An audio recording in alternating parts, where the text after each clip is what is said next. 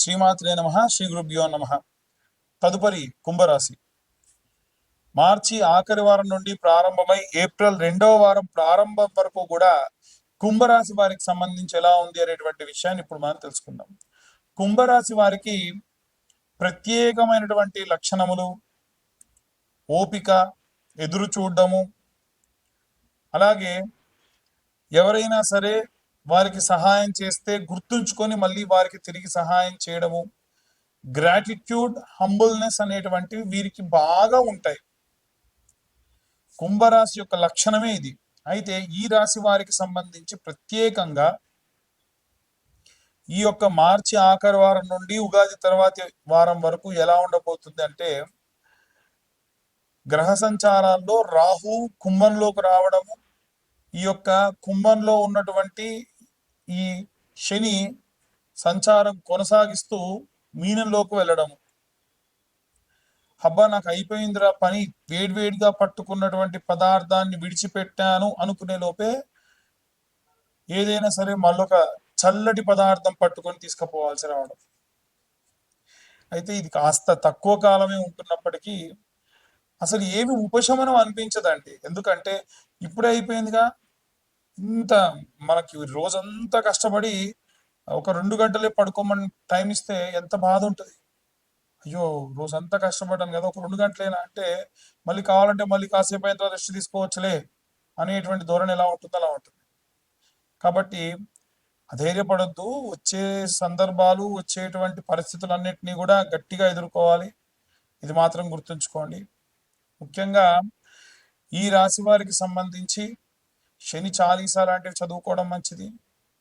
ప్రత్యేకంగా ఏవైనా విశేష దాన ధర్మములు చేయడం మంచిది.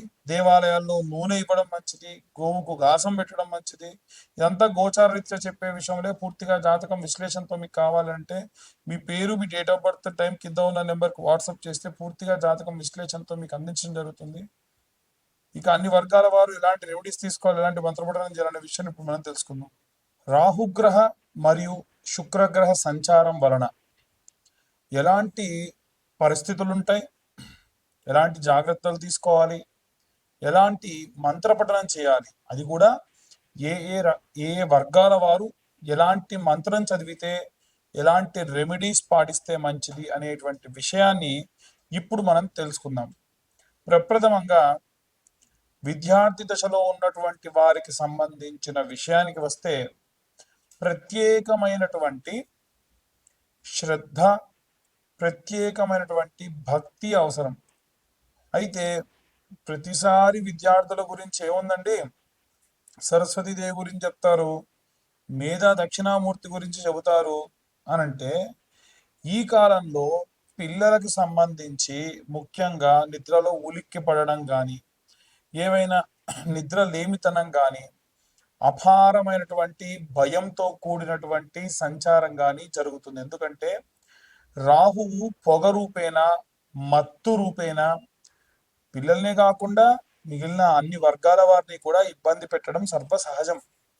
కాబట్టి ఇలాంటివి ఏవి కూడా కలగకుండా ఉండాలి అంటే ఎలాంటి రెమెడీస్ తీసుకోవాలి అనంటే, విద్యార్థులు హనుమాన్ చాలీసా లేదా ఆంజనేయ స్వామి యొక్క గాయత్రి చదవడం మంచిది. హనుమాన్ చాలీసా అనేటువంటిది నిత్యము కూడా అసుర సంధ్యా సమయంలో స్కూల్కి వెళ్ళి వచ్చిన తరువాతకి నిర్దిష్టంగా ఒక దగ్గర కూర్చుండబెట్టి పిల్లలతోని చదివించడం వలన విశేషమైనటువంటి శక్తిని సంపాదిస్తారు. అయితే ఇప్పుడు నేను చెప్పేటువంటి విషయం ఏదైతే ఉందో, ఈ యొక్క మార్చిలో ఉన్నటువంటి ఆఖరి వారంలో ప్రారంభమయ్యేటువంటి కాలం అంటే 21, 22వ తేదీల సమయంలో ఎలాంటి ప్రభావాలు ఉంటాయి అనేటువంటి విషయం గురించి ఇప్పుడు మనం మాట్లాడుతూ ఉన్నాం. అయితే గృహిణులు, స్త్రీల విషయానికి వస్తే మనకి అభిరామి స్తోత్రము అనేటువంటి స్తోత్రం ఉంటుంది.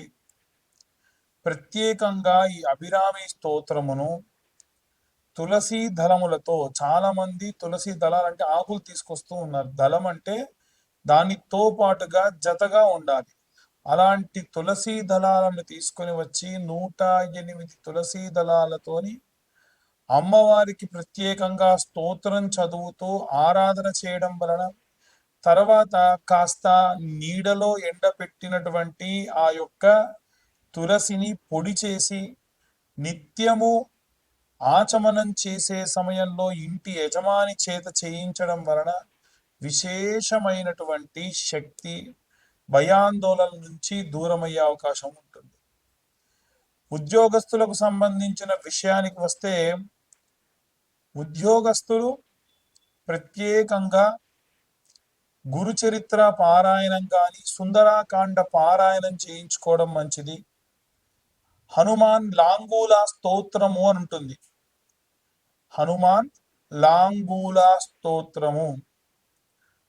హనుమన్నంజనీ సూతో మహాబల పరాక్రమ అని ప్రారంభమవుతుంది. ఆ యొక్క మంత్రాన్ని ఈ యొక్క ఉద్యోగస్తులు అలాగే వ్యాపారస్తులు నిత్యం అసుర సంధ్యా సమయంలో వినడం ప్రత్యేకమైన శక్తినిస్తుంది. ప్రత్యేక శత్రు వినాశనం కూడా జరుగుతుంది. అలాగే ఎవరైతే సినిమా రంగంలో ఉన్నటువంటి వారు ఉన్నారో వారు కనకదార స్తోత్రముతో పాటుగా రుద్రం నమకం చమకం అని మీరు కొడితే యూట్యూబ్లో కానీ స్పాటిఫైలో కానీ వస్తుంది. నిత్యం ఒకసారి అది వినడం విశేషంగా మంచిది. ఎవరైతే భూమికి సంబంధించి ఇబ్బంది పడుతున్న రైతులు కానీ, భూమి అమ్మాలి కొనాలి అనుకునేటువంటి వారు కానీ ఎవరైతే ఉంటారో వారు ప్రత్యేకంగా ఈ యొక్క నీలా స్తోత్రము అని ఉంటుంది, లేదా నీలా సూక్తము అని ఉంటుంది. భూసూక్తము, నీలా సూక్తము చదవడం కానీ వినడం కానీ చేయడం వలన నిత్యం భూమికి సంబంధించి అనుకూల పరిస్థితులు లభిస్తాయి. ఇక ఎవరైతే ఈ యొక్క రాజకీయ రంగంలో ఉన్నటువంటి వారు ఉన్నారో వారు ప్రత్యేకంగా దుర్గాదేవి యొక్క కవచముతో ఆరాధన చేయడం మంచిది. రైతులు, చేతి వృత్తులు, కుల వృత్తులు చేసేటువంటి వారు దక్షిణామూర్తి స్తోత్రము, కాలభైరవాష్టకము చదవడం మంచిది. అలాగే ఎవరైతే ఈ యొక్క పిల్లలు లేకుండా వృద్ధాప్యంలో ఉన్నారో వారు వీలైనంత వరకు కూడా ఈ యొక్క ప్రసన్న మహాకాళి దేవాలయానికి వెళ్ళి అమ్మవారి యొక్క ఆరాధన అభిషేకంలో పాల్గొనడం మంచిది. ఇక ముఖ్యంగా చూసుకుంటే వివాహం కానటువంటి అమ్మాయిలకైతేనేమో ఏప్రిల్లో 7, 14, 21, 28వ తారీఖులలో అమ్మాయిల కోసం వరపాశుపతం, పెళ్లి కాని అబ్బాయిల కోసం కన్యాపాశుపతం నిర్వహించబడుతుంది. ఈ పాశుపతానికి 20-25 వేల దాకా ఖర్చు అవుతుంది. కానీ ఎటువంటి సామూహికంగా లేకుండా ఎవరికి వారికే చాలా మంది ఇబ్బంది పడుతున్నారని అడుగుతున్నారు. కాబట్టి ఈ యొక్క పాశుపత హోమం అంటే కన్యా పాశుపతం, వరపాశుపతం కేవలం 15,000 రూపాయలకి సామాగ్రంతా మేమే అరేంజ్ చేసి చెప్పడం జరుగుతుంది, చేయించడం జరుగుతుంది. ఇక జాతకం గురించి చాలా మంది అడుగుతూ ఉన్నారు. 2025వ సంవత్సరంలో పూర్తి జాతక విశ్లేషణకి 2025 రూపాయలు మాత్రమే ఛార్జ్ చేయడం జరుగుతుంది. ఎవరికైనా ఇంట్రెస్ట్ ఉంటే కింద ఉన్న నెంబర్ కాల్ చేసి మీ పేరు, మీ గోత్రం, మీ ఇంటి పేరు, మీ పేరు నమోదు చేయించుకోవచ్చు. సర్వే జనా సుఖినో భవంతు. స్వస్తి.